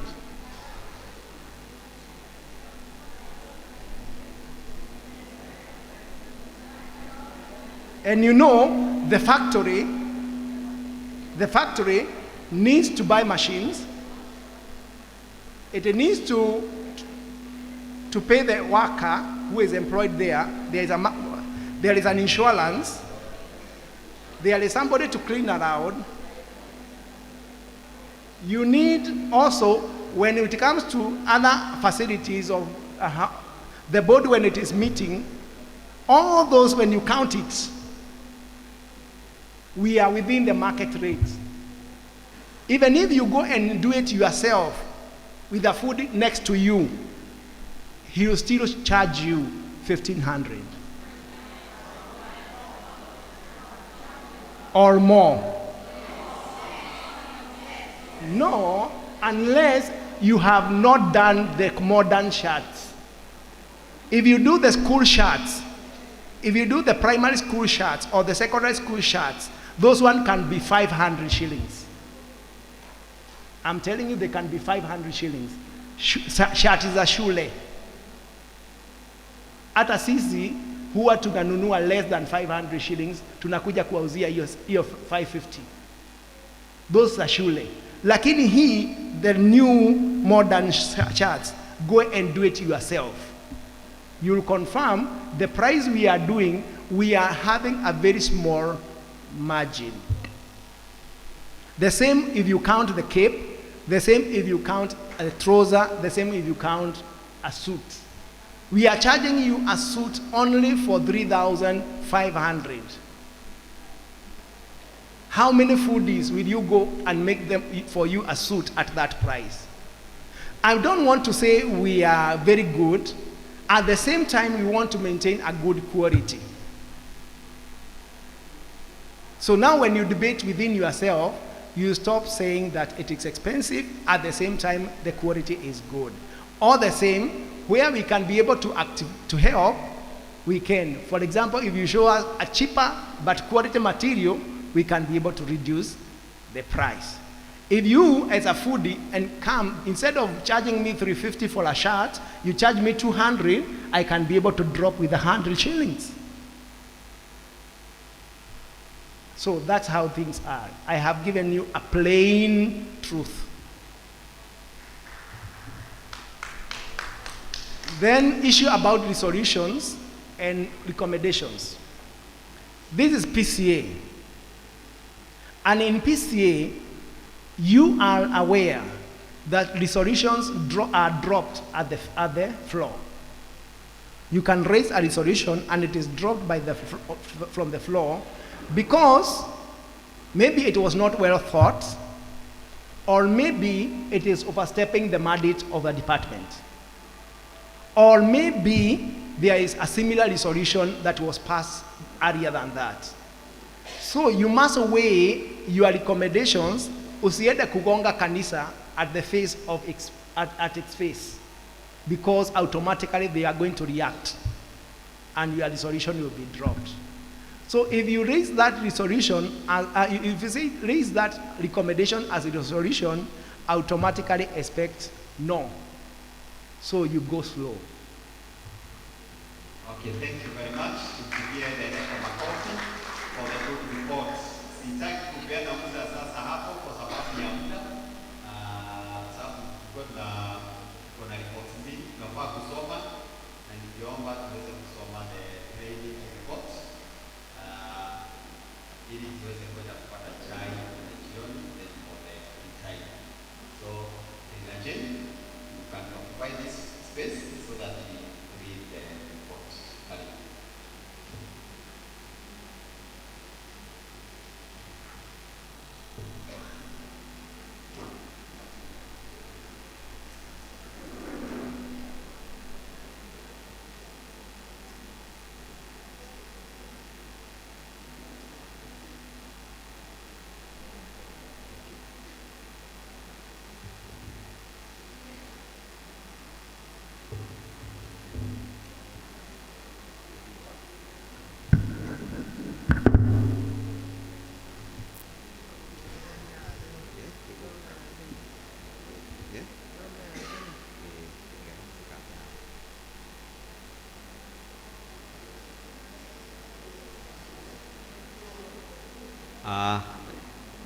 PowerPoint, wale ambao watatuwekea hiyo report ya trainers waweze kutuwekea ili tuweze kuendelea.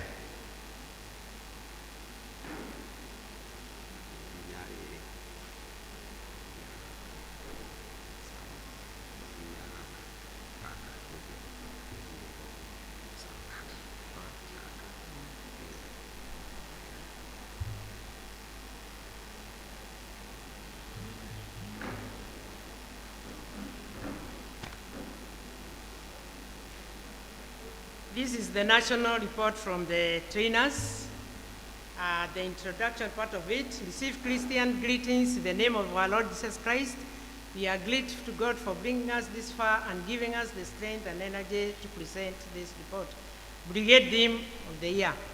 Our theme for this year comes from 2 Kings 22 verse 2, which says, "He did what was right in the eyes of the Lord and walked in all the ways of his father David, not turning aside to the right or to the left," and in summary, choosing to do right. This theme encourages us to be people of integrity. Composition. The Boys and the Girls Brigade cuts across all out 5 regions and their representatives, namely Nairobi, Trainer Jane Mashelo, Central, Trainer Jane Dongo, Mount Kenya, Trainer Joseph Kingori, Rift Valley, Trainer Julia Dongo, and Eastern, Trainer Susan Blues. Training officials. The following were the officials for the year 2023.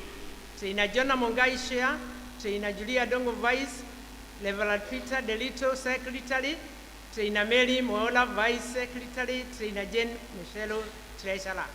Trainers. The training department comprises of 38 trainers who serves in all the regions as follows.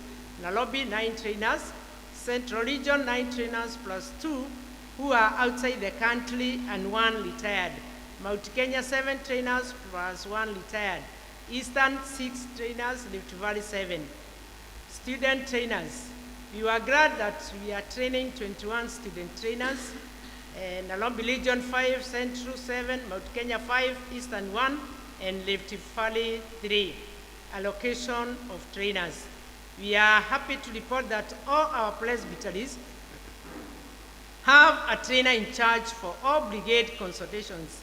In case you don't know the trainer in charge of your presbytery, you can get in touch with the Legion Brigade Training Office as follows for guidance.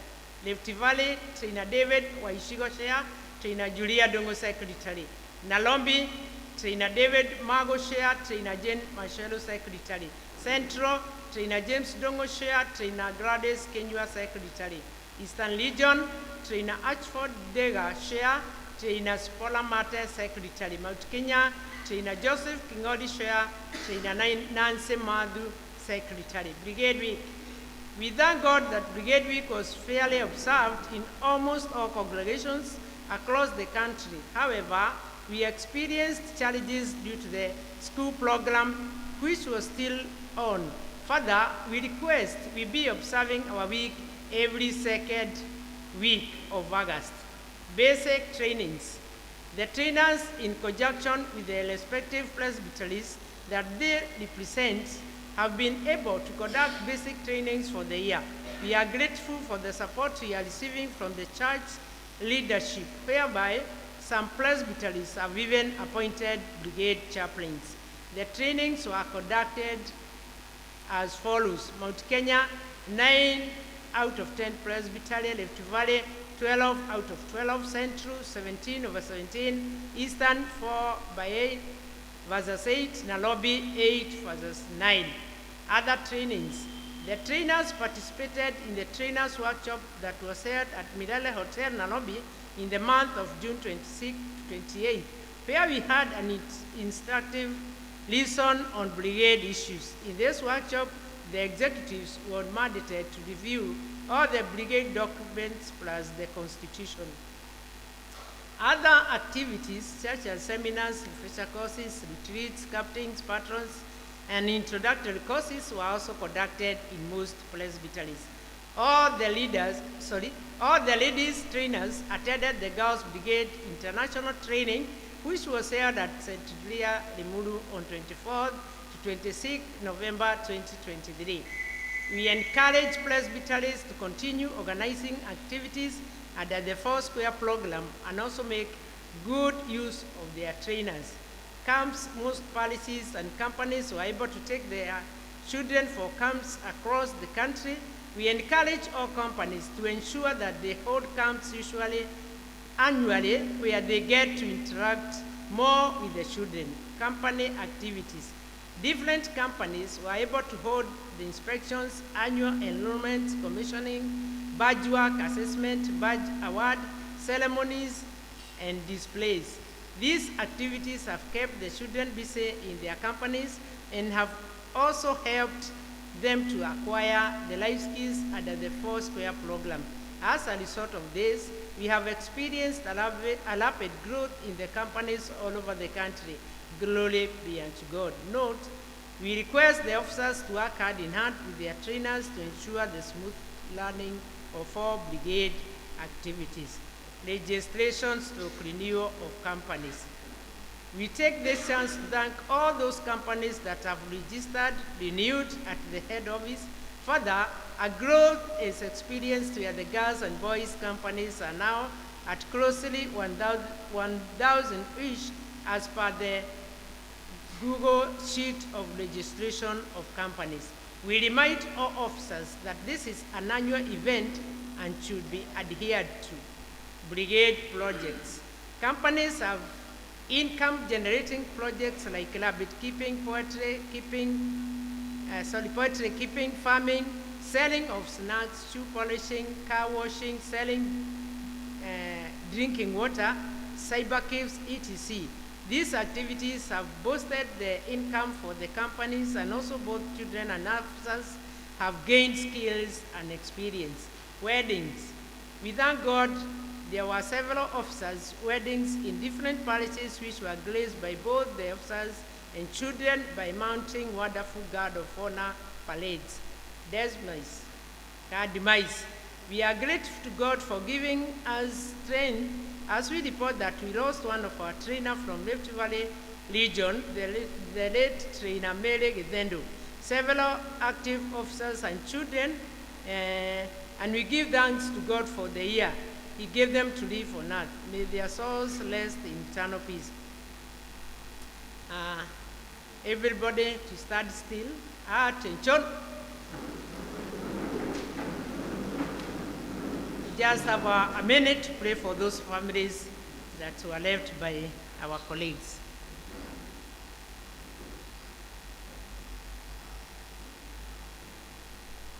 Can we take our seats? Challenges. Many trained officers are inactive. 2, insufficient number of male officers, and insufficient funds in the companies to conduct brigade activities. School tuition program have affected the brigade weekly meetings. Companies electing and trained church members to be the office bearers of brigade. Social evils within the society have affected most teenagers, e.g. early pregnancies, drug abuse, labor groups, domestic violence, HIV and AIDS, etc. Negative influence from technology and especially social media by our brigade. Future plans to awaken, recruit and train more officers, to ensure the basic trainings are conducted in all the areas by forming training clusters interpresbyterally, working together and in harmony internationally and interdenominational through the Boys and Girls Brigade organization. And up to this juncture, I welcome my chairman to come and support the group.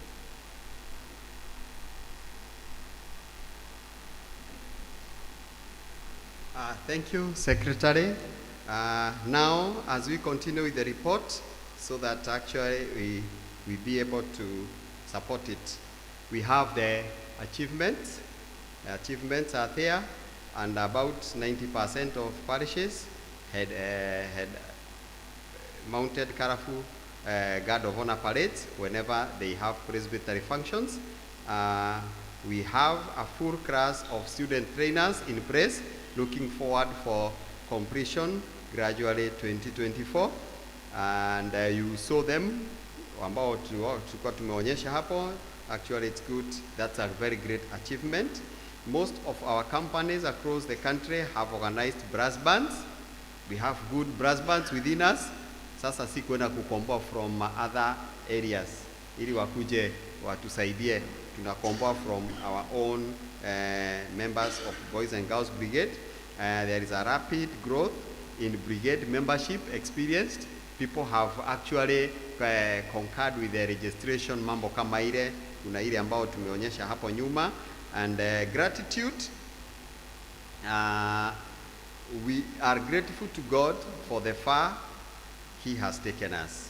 We thank the parish ministers for presiding over the company activities.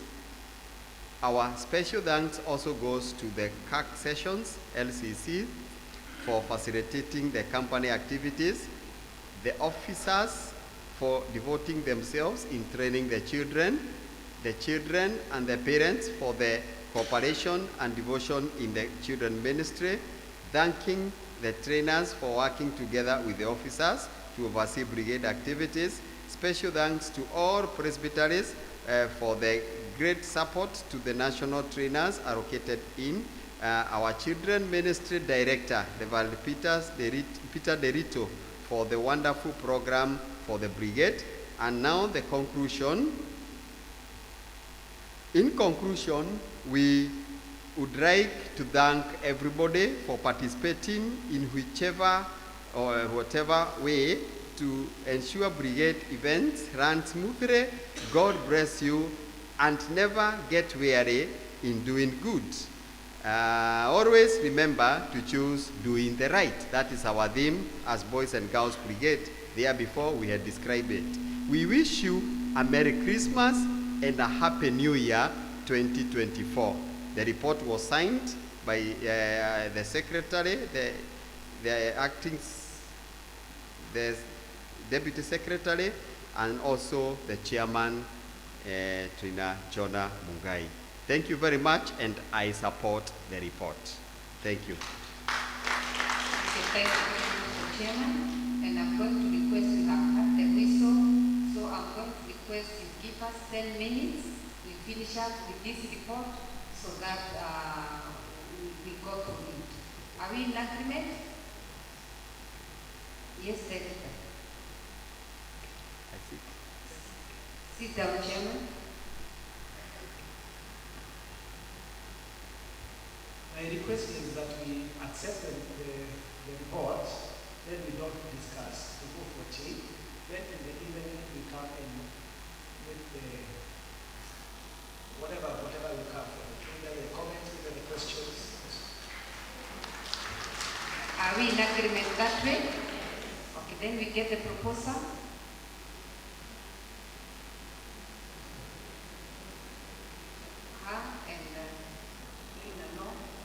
Aman. We have gotten her. Aman, to second.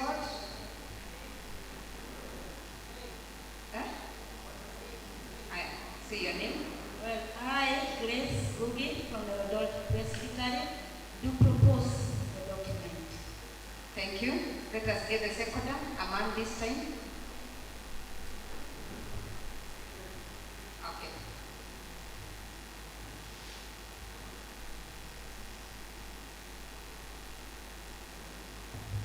I, Steve Moody from St. Margaret Parish, I second the report. Okay, thank you very much. And we are going to end there.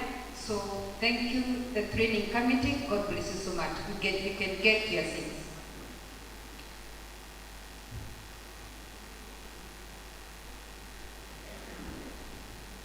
Can we clap for them?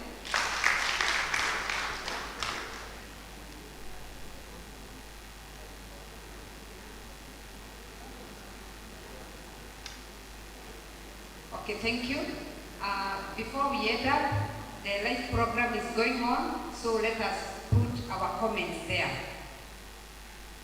We want one person to give thanks for the team from Rift Valley. One person from Rift Valley give thanks for the team. Yes, thank you. Take the mic.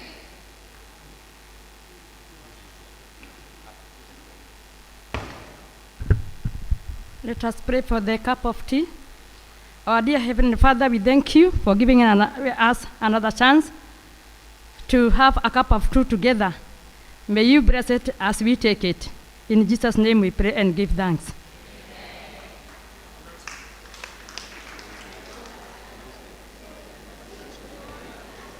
Okay, let us give back the chair to the chairman.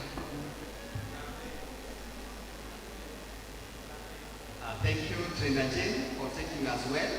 And now we are going for the tea, and there is an announcement I'm going to make. Order. Asante, people are receiving gifts. That's great. Nataka kamba ikuwe refu zaidi. So as we go for the tea, so you manage your time. The rest will be free time up to supper time. So supper is at 7 o'clock. Ikifika 7 o'clock tupatane pale for the supper. Lakini free time you can go and swim. Maji imesharudi, iko sawa. Take care of yourself. Usiende to the deep sea. Take care of yourself. It's good to have a guidance. Usiende tu kwa. Kama huwezi kuingia ndani, tafuta furota uingie nayo. Sawa sawa? Na wale ambao they are live on this program, please can you make a comment on what we are moving on, so that at least we see that whatever we are doing, we are supported by other people from other regions within the country. Thank you very much. And for now, actually, we have some few comments which have come from people, and there is one called Davina K. Mereti. Anasema good report trainer, Mary, God bless you. Then we have Nike Mwats. We don't have a crutch in our church, and someone has raised his or her hand. Thank you. I think crutch. Thank you. So I think now we can be able to continue with the rest of the time. Sawa sawa? Yes, let's manage our time, and actually God will bless you. Thank you very much. Hakuna kutoka nje ya gate, we are remaining within the premises. Na tafadhali hakuna kwenda pande ya Pirates, we are using the Milele Beach yenyewe. Don't go to Pirates. Thank you.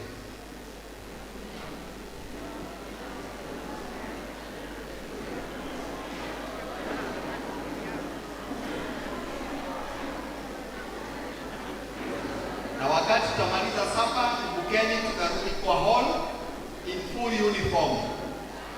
In full uniform.